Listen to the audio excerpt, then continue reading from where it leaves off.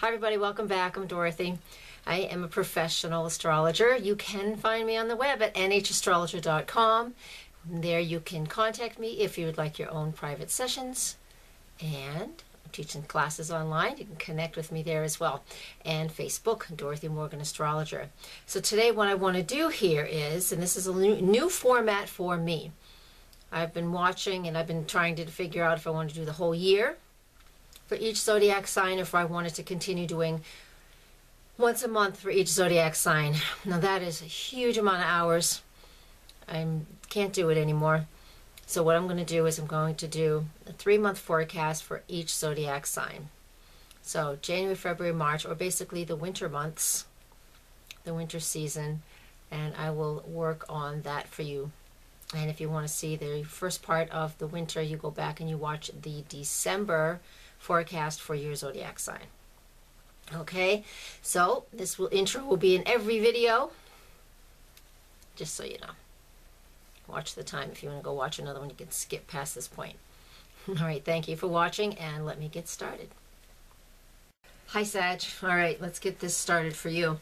So on January 4th, we have a full moon in the sign of Cancer. Now, when we have a moon in Cancer, especially a full moon, there's a lot of emotions that are being displayed or being felt, whether it's internal for yourself or external through others. Tends to be that most of the time when it's a full moon. So we get to observe other people being more being overly emotional.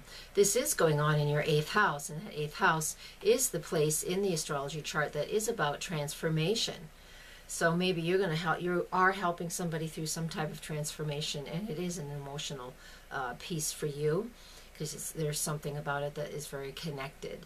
So some of us will be helping others through some sort of emotional situation right around the beginning of January. All right, the details, you know what, everybody's life is a little personal, so it's hard to get any more specific than that.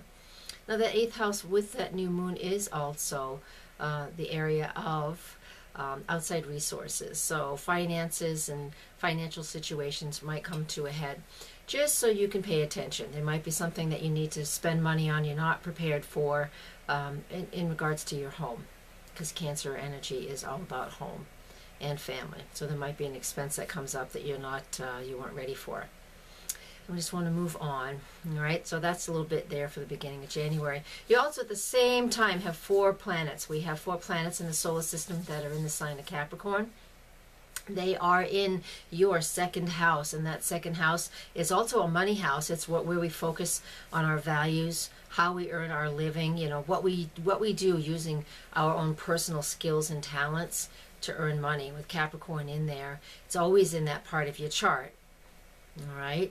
And so if it's always in that part of your chart, this is not new information, but this area, or a new feeling, but this area is just highlighted with planets transiting through there right now in the early part of January. It only takes till the next day, January 5th, where Mercury and Venus enter Aquarius, and they move into the 3rd house. And so we have January 1 to 4, which is focusing on finances, whether it's an outside resource or your own resource. And then the Mercury and Venus move into Aquarius, into your 3rd house, which is all about your local neighborhood. It can be your childhood cousins, siblings, things like that, people like that. So with Mercury and Venus and Aquarius in there, I mean, the highlight, that area is activated by what I value. Again, Venus is about my values. In Aquarius, it can be a little quirky. That means your value is a little different than what's considered norm. That's all right, no big deal. With Mercury in its own house, with moving into its own house, the 3rd house, for you who have Sag rising or are Sag, then this is a focus on communicating with those people I just mentioned, siblings, cousins, your neighborhood, people around. All right, and there'll be interesting points, so keep that in mind, take that note. I want to move on to the next thing though, and we are going to get back to Mercury shortly. So on the 20th, we have the January 20th. We have, there we go, the new moon at 0 degrees of Aquarius. That's also your 3rd house. That's the beginning of your 3rd house. And so when we have a new moon in Aquarius, again, we're going to be focusing on those Aquarian type things. And they are as follows. They are things that are related to our friends, the groups that we belong to, things out in society that we are interested in. It is very, very social energy, but you could be shy and not very social, because we could do either side of these things. So with the new moon in Aquarius, 0 degrees of Aquarius. Aquarius is a big focus this time of year because that's just where the sun is. And if we have a new moon, that means the sun and the moon are there. So that sun moved into Aquarius, and then we have a new moon in Aquarius right after that, right on the 20th of January. All right, so focusing in on how you're communicating, who you're communicating with. You got to do it in some new way. Uranus is about being new, inventive, creative, independent, all of those things. So when we do that, you've got to really be thinking outside the box now. We have on January 21st, Mercury actually going retrograde in Aquarius. All right, so it moves into Aquarius on January 5th. It goes retrograde on January 21st. That will be in your 3rd house, also that communication area, which I've already mentioned. It's very active. Again, it's where we communicate. It's also our early education, where we search for knowledge. Something's going on here in this area for you this month, the 21st of January, actually till February 11th. That energy just means that there is some communication things that maybe have broken down just a little bit. You need to revisit. I want us all to go into any retrograde period of Mercury with a list, with a to-do list of things we have not finished. Go into that area and complete. Whether it's editing a book, writing, starting a journal, whatever it is. You get in there and you start communicating, writing, however you like to communicate, and start working on that. But go into this retrograde period, January 21st to the 11th of February, with a list to complete. Not a new list. A list of things you have to finish that's already been started. All right, then on February 3rd, we have the full moon in Leo. That will be in your 10th house, and the full moon in Leo will be in your 9th house. And that 9th house is your education, your higher education, how you expand your awareness, what is important for you to discover, what's important for you to share with the world around you. Or are you able to, or do you want to go back to school? What is it that's lacking or missing in your education or in your beliefs? This full moon can bring that to you. It can bring that attention to you, or a way that you can figure out what it is that you want to do. All right, on February 6th and 7th, it's a really nice transit that's just going on. And what it is it's Venus making a sextile to Pluto. I like this. I'm going to talk about it just because it's something really pleasant and nice in the middle of this 3-month period. And it only lasts for a few days, right near Valentine's. But the thing is, this just means that our love relationships can be taken to a new level. In whatever way that means, in either direction. Because this is not either good, this is neither good or bad. It's neither of those. It just means that if you're in a relationship, if you're ready to go to another level, you and your partner, you're ready to take it to another level, you can easily do that. That Pluto is all about a transition to something deeper. And it's also the transition out of something. So if you're in a relationship that it's time for it to be over, you easily can transition out of the relationship. And do it in a kind, gentle way, in a way that you've learned your lessons with each other, you've produced no karma, no negative karma. So think about that. So in early February, if there's anything going on in your life that even resembles what I just said, make sure you take that to heart, meditate on it, or do whatever you want to do to use that energy in a favorable way for yourself. Okay? All right, on February 11th, Mercury, sometimes it's hard to say that word, and I'm a Gemini, it's my ruling planet, it's going to be moving direct. And what that means is, and I should have mentioned this earlier as well, on the 21st of January and the 11th of February, those are the days that Mercury is stationary and moving into an opposite direction. Today, at February 11th, it's stationary to direct. It's easier than the one on the 21st of January.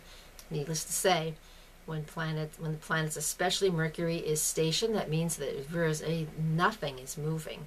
So On those couple of days on either side of February 11th, I definitely just want you to make sure that you spend, you don't try and force anything. If something has no movement, don't force it. Doesn't matter what else is going on with the moon, the sun, it doesn't matter. We cannot force communication or action when Mercury is in a stationary position. Just like any of the planets when they're stationary, the day they're stationary to direct or to retrograde. So right now, I'll tell you, January 21st, February 11th, and do a couple days on either side of it. There's no movement on those days. Don't push it. All right? Okay. I told you so. I have 4 pages of notes here, 3 pages of notes here, so I have to look down at them. Do not have it in my head. I will by the time I'm done, and then I won't need it anymore.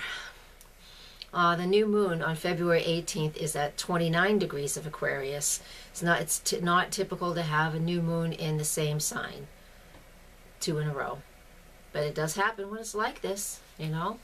The new moon is every 28.5 days. That zodiac signs are 30. So it happens. It's kind of like an astrological blue moon. When we have that astrological blue moon, it's kind of cool. So when that happens, what we're looking at is we're looking at the final degree of that zodiac sign, so it's about completion. I'm going to be saying this again in a few minutes. It's completion, it's end, it's we need to finish up whatever it is that we're working on. Even though it's a new moon. We know new moons are about planting new seeds, setting new goals, but not while it's at the 29th degree. It is just about completion and letting go and just allowing things to be. So until the moon moves into the next sign, which is a few hours later, it's not that long from the time of the new moon here on the 18th. It'll only take just a little while. So when it's at that final degree, we're just looking at completing things and then just saying, oh, I'm done. I'm done, and leave it at that.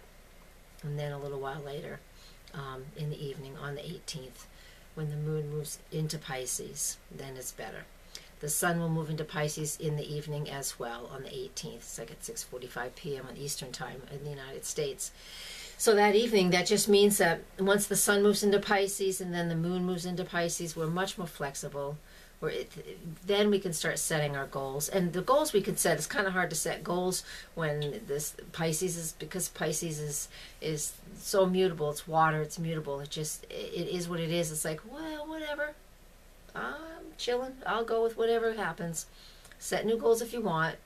It's Pisces, so you can go with spiritual goals. This does happen in your 4th house at home. So you might want to just set some new goals at home. How you want to connect better with your family. Maybe you want to just do some praying together. I know it sounds odd, huh? It's not. It's all in that 4th house. And that 4th house is home and family and how we care and nurture for ourselves and for our family, so for others. So with the new moon in Pisces, you know, the new moon's in Aquarius, but with the sun in Pisces moving down there, that's just what you need to do. You need to focus in on that. On the 19th of February, we have Mars moving into Aries. So we have a lot of shifts going on in these couple of days. We have the end of Aquarius, and then we have the beginning of Pisces, and then we have Mars moving out of Pisces into Aries. Venus will do the same thing on the 20th. So Mars moves into Aries on the 19th of February. Excuse me. Venus moves into Aries on the 20th of February.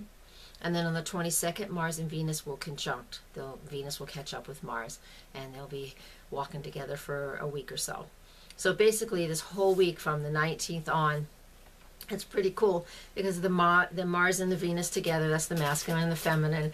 And what you get with that is you get some really sexy, fun times. All right, you have that masculine and feminine energy, the yin and the yang, trying to find the balance. And where they're together in Aries, you know, it really does describe a very physical relationship. And you know exactly what I mean. This goes on in your 5th house of love affairs, so this is even more amazing for you, Sag. You can have a very fun, creative liaison, lots of passion, lots of love. Who knows if it's going to last? This is fiery. It's very, very fiery. It's very physical. But we have some other things that are happening that might might help it to be more than just a quick physical sexual relationship. But it depends on other things in your own personal chart, but in the area of your 5th house, that's what that means right now. On the 23rd of February, the Sun in Pisces will make a square to Saturn in Sagittarius, and when that happens, that might actually help us to calm things down, especially if there's this love affair going on. It might help us to get a little more logical, a little more practical. It's an easy square because it's mutable. So squares are about challenges, so we can learn. Challenges create opportunities. And I know I always love saying that because it's true. So with Saturn in that 1st house now, because it's in Sagittarius now, so Saturn's in your 1st house. It represents the shifts and changes that you want to do to redefine yourself. All right? And so that's what's going on right now. There's just a slight adjustment. And once that adjustment happens, then you'll be able to easily figure out what it is that you want in the dynamic of that love relationship that should be occurring. And if you're not single and going for a love affair, you use this energy in your marriage. Spice things up. Your spouse will enjoy it. Or they won't. It's your call. All right, so Saturn, we discussed that. On the 23rd and the 24th of February, Venus and Mars, they will make a trine to this Saturn. A trine is 120 degrees. This is really easy. It's easy, it's relaxed. Sometimes it's lazy, but mostly it's easy and relaxed. So this is Aries energy to Sagittarius energy. That's both fire.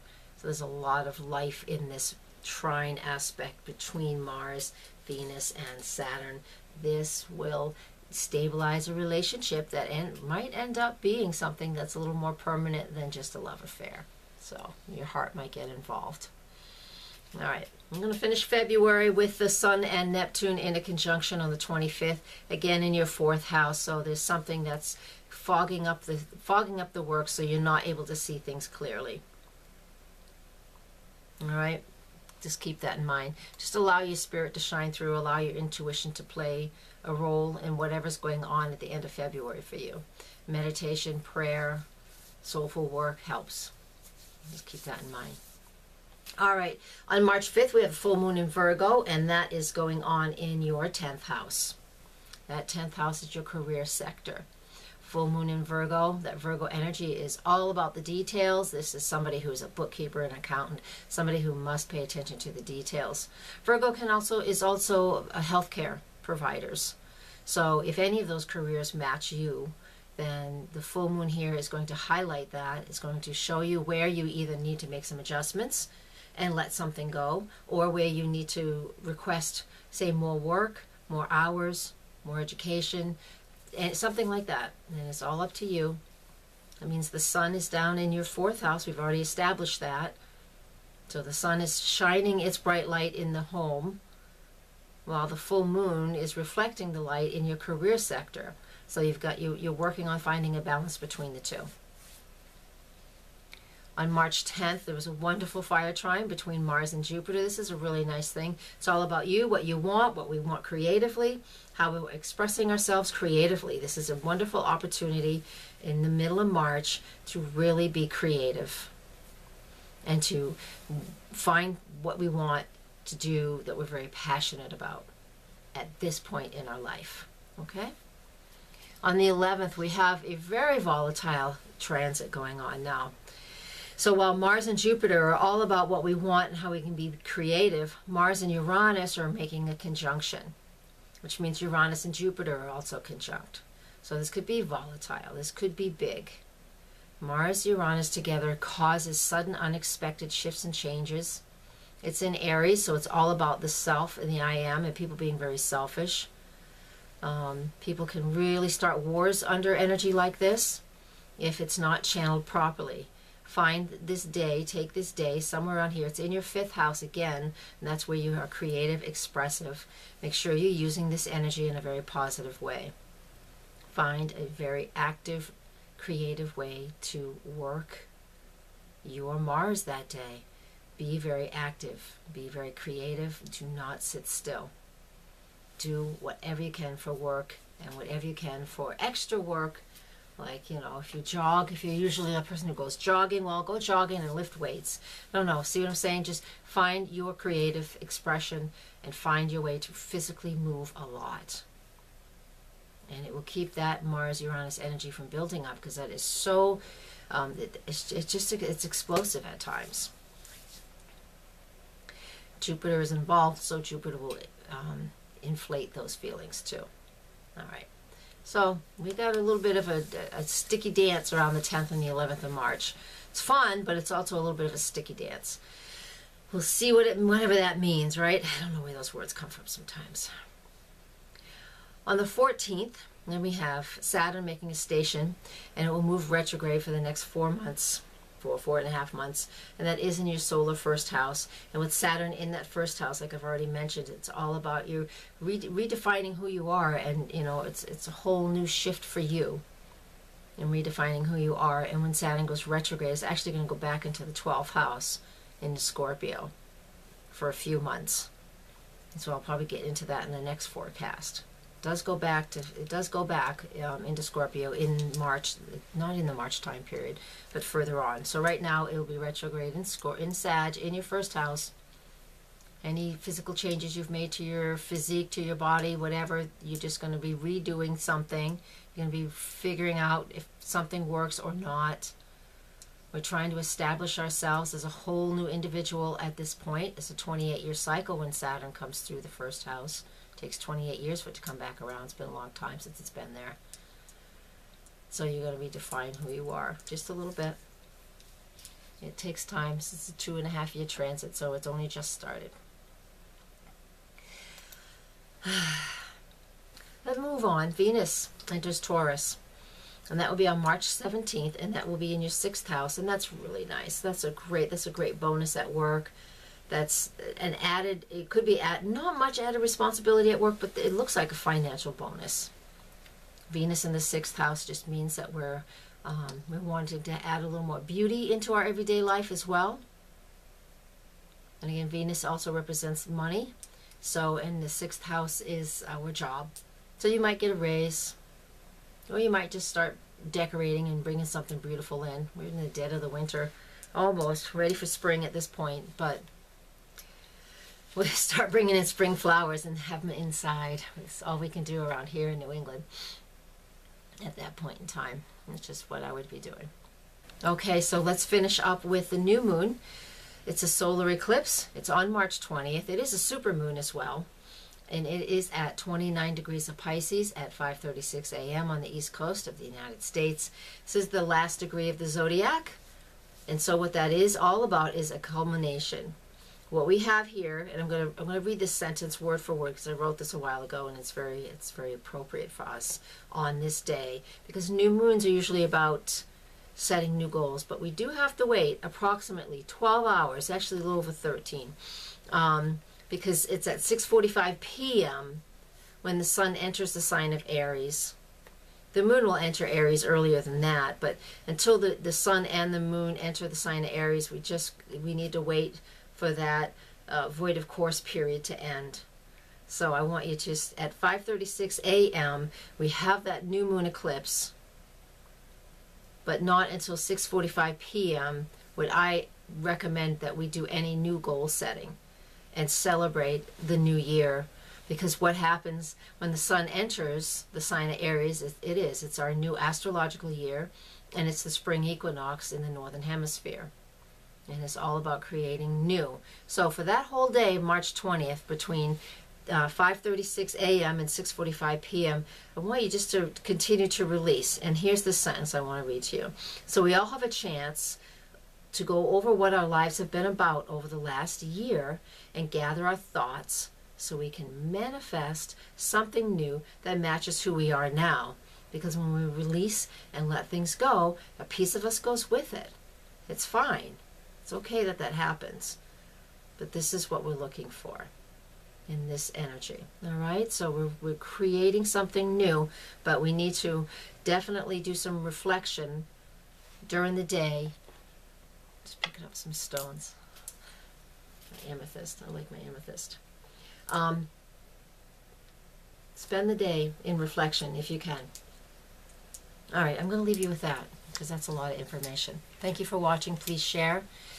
I have classes starting in January online. So this is up for the whole month of December and on. So please share. Come learn with me. I'm going to be doing a teleclass. It'll be my first teleclass. So, well, let's keep my fingers crossed. It'll work well. Thank you very much. I need to say this. Namaste. Oh.